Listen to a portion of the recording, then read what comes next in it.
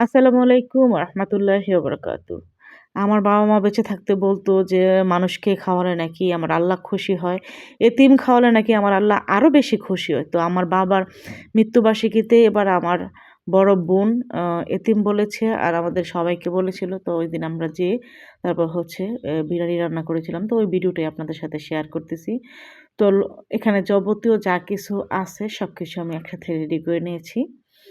তো মুখে বলে শেষ করতে পারব না। বিরিয়ানি রান্না করতে অনেক কিছু লাগে যদি আপনি একদম বাবুর্চিদের মতো রান্না করেন। তো আশা করি সবকিছু দেখিয়ে এখানে বুঝতে পারতেছেন। তাও আমি দেওয়ার সময় সবকিছু বলে দেব। তো এখানে আস্ত কাঁচামরিচ, খাল, গোটা শাহি জিরা, তারপর হচ্ছে এখানে আদা বাটা, রসুন বাটা, তারপর হচ্ছে কাঁচামরিচ বাটা, আলু বোখরা, কাঠবাদাম, পোস্তদানা, তারপর হচ্ছে অ্যা জয়ফল, জয়িত্রী সবকিছু বেটে পেঁয়াজ-টেয়াজ সবকিছু রেডি করে নিয়েছি। এখানে হচ্ছে ৯-১০ কেজির মতো হচ্ছে গরুর মাংস মানে কিনা আনছে কতটুকু আর হচ্ছে ফ্রিজ থেকে বের করে দিয়ে সব মিলিয়ে এখানে ১০ কেজির মতো গরুর মাংস। তো চুলার মধ্যে বড় একটা কড়াই বসিয়ে দিলাম পরিমাণ মতো তেল দিয়ে দিলাম। দিয়ে ফার্স্টে আমি এখানে পেঁয়াজ দিয়ে দিলাম। পেঁয়াজটাকে খুব ভালো করে ভেজে তারপরে হচ্ছে স্বাদমতো লবণ দিয়ে দিলাম। কালো গোলমরিচ, লবঙ্গ, তেজপাতা দিয়ে দিলাম। দিয়ে একটুখানি ভেজে নিলাম। আদা রসুন বাটা। তো আমার বোন আদাটা বের করতে একটু বলে গিয়েছিল তো সেজন্য এখানে বরফটাই দিয়ে দিলাম।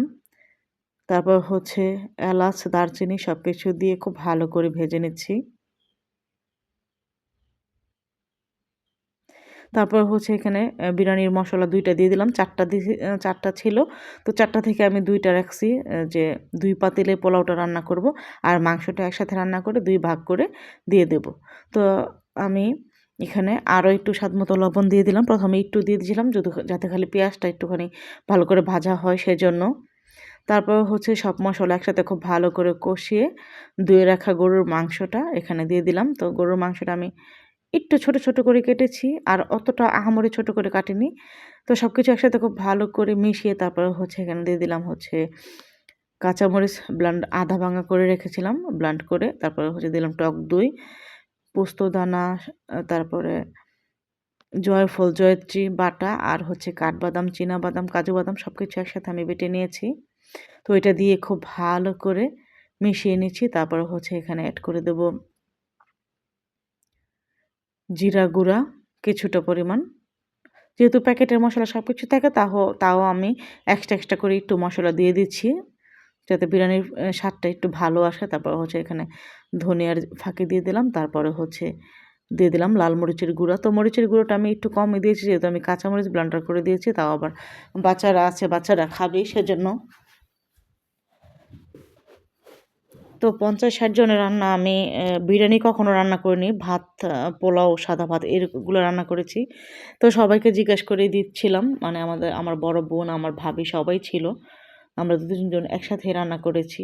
তো সবটাই আমি নিজে রান্না করেছি। ওনাদের শুধু দেখিয়েছি যে আপনারা দেখেন যে সবকিছু ঠিকঠাক আছে নাকি। আমি মনে করি সবাই মিলে কাজ করার মধ্যে আনন্দই আলাদা। আর মুরব্বিদেরকে জিজ্ঞাসা করে নেওয়া সবচেয়ে বেশি উত্তম। যতই আমি পারি না কেন তাও আমার বড় যারা আছে তাদেরকে জিজ্ঞাসা করে নেওয়া সবচেয়ে বেশি ভালো।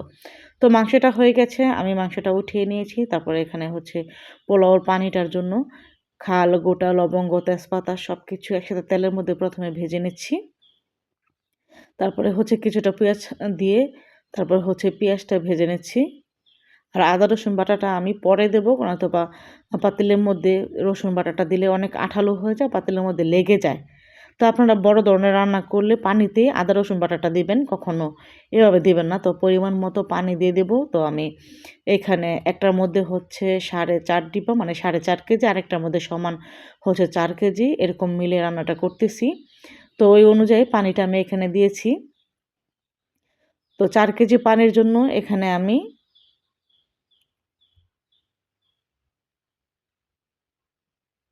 প্রায় হচ্ছে ১ কেজির মধ্যে হচ্ছে ১.৫ কেজি পানি দিয়েছি। তো এরকম মিলে হচ্ছে আমি পানিটা এখানে এড করেছি। তারপর পানির মধ্যে স্বাদমতো লবণ, তারপর হচ্ছে বিরিয়ানির মসলা, আদা রসুন বাটা সবকিছু দিয়ে দিলাম। আর একটু স্বাদ বাড়ানোর জন্য হচ্ছে কিছুটা টেস্টি সল্ট দিয়েছি। আপনারা চাইলে নাও দিতে পারেন। কিন্তু বাবুর্চিরা যেভাবে রান্না করে ঠিক সেমভাবে আমি রান্নাটা করার চেষ্টা করেছি। জানি না কতটুকু হয়েছে। তারপর হচ্ছে শাহি ফ্লেভারের জন্য কিছুটা শাহি দিয়ে জিরা দিয়ে দিলাম।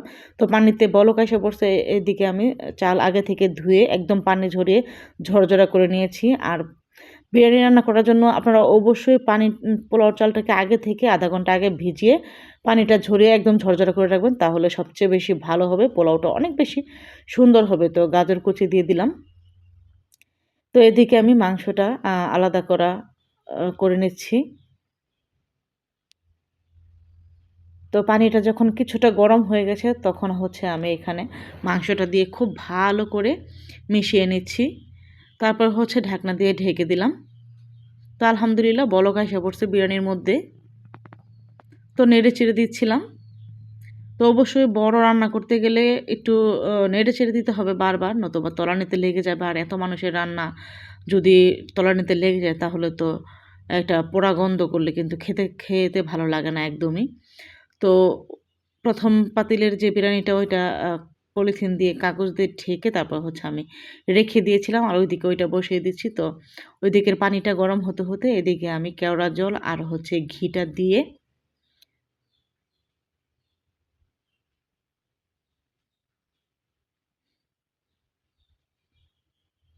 তারপরে একটু হচ্ছে নেড়ে দিচ্ছি। তো এটা আমি হচ্ছে ২০ মিনিটের মতো দমে রেখেছিলাম। তো আবারও ঢাকনা দিয়ে ঢেকে দিয়েছি। তো এদিকে বিরিয়ানির পানিটা গরম হয়ে গেছে আরেক পাতিলের। তো এখানে কাঁচামরিচ, তারপর হচ্ছে গাজর কুচিটা আমি দিয়ে খুব ভালো করে নেড়েচেড়ে মিশিয়ে নিচ্ছি। গাজর কুচিটা হচ্ছে আমি দিয়েছি দেখতে সুন্দর যাতে যায় এজন্য। তো আপনারা চাইলে নাও দিতে পারেন, কোনো সমস্যা নেই।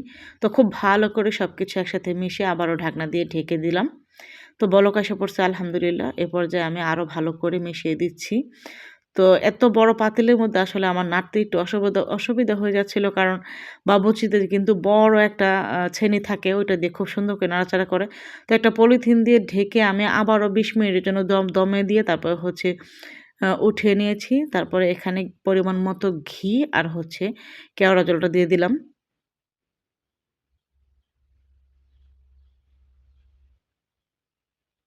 তো ৩ চামচের মতো এখানে আমি কেওড়া জল দিয়েছি। তো আলহামদুলিল্লাহ দেখেন মানে উপর থেকে যখন উঠাচ্ছি তখনই কতটা ঝরঝরে দেখা যাচ্ছে। তো আলহামদুলিল্লাহ পোলাওটা মানে বিরিয়ানিটা অনেক বেশি সুন্দর হয়েছিল। একদম আমি মনে করেছি, আমি না বাসার সবাই যারা খেয়েছে সবাই বলেছে যে বাবুর্চিরা যেরকম করে রান্না করে তার থেকে অনেক বেশি ভালো হয়েছে। ইভেন দোকানের থেকে অনেক বেশি ভালো হয়েছে আলহামদুলিল্লাহ। তো আমি আবারও ঢাকনা দিয়ে ঢেকে দিলাম। তো একদম যখন হুজুরদেরকে খাওয়ানো হবে তখন আমরা এটাকে উঠিয়ে নিয়েছি। মাশাআল্লাহ দেখেন ঠিক কতটা ঝরঝরা হয়েছে। এখন হুজুরদের জন্য বেড়ে নিচ্ছি। তো আশা করি দেখেই বুঝতে পারতেছেন যে ঠিক কতটা পানির পরিমাণটা যদি ঠিক হয় তাহলে মাশাআল্লাহ আলহামদুলিল্লাহ আপনার যত বিরিয়ানি কেন রান্না করেন না কেন ১০০ জনের বিরিয়ানি রান্না করতেও আপনার কোনো সমস্যা হবে না। যদি খালি পানির পরিমাণটা আপনি ঠিক রাখতে পারেন। ১ কেজি পানির জন্য ১ কেজি পোলাওর চাউলের জন্য ১.৫ কেজি পানি জাস্ট এতটুকুই। তারপর হচ্ছে চাউলটা নতুন আর পুরান এরকম হলে একটু পানি কম বেশ দিবেন। পুরান চাউলে একটু বেশি, নতুন চাউলে একটু কম, বাস এতটুকুই। তো সবকিছু একসাথে রেডি করে নিয়েছি। তো আমার বিরিয়ানি রান্নার ভিডিওটা যদি আপনাদের ভালো লেগে থাকে তাহলে অবশ্যই লাইক, কমেন্ট, শেয়ার করতে ভুলবেন না। আর এখনও যারা পেজটি ফলো দেন নাই অবশ্যই ফলো দিয়ে আমার পাশে থেকে আমাকে সাপোর্ট করবেন।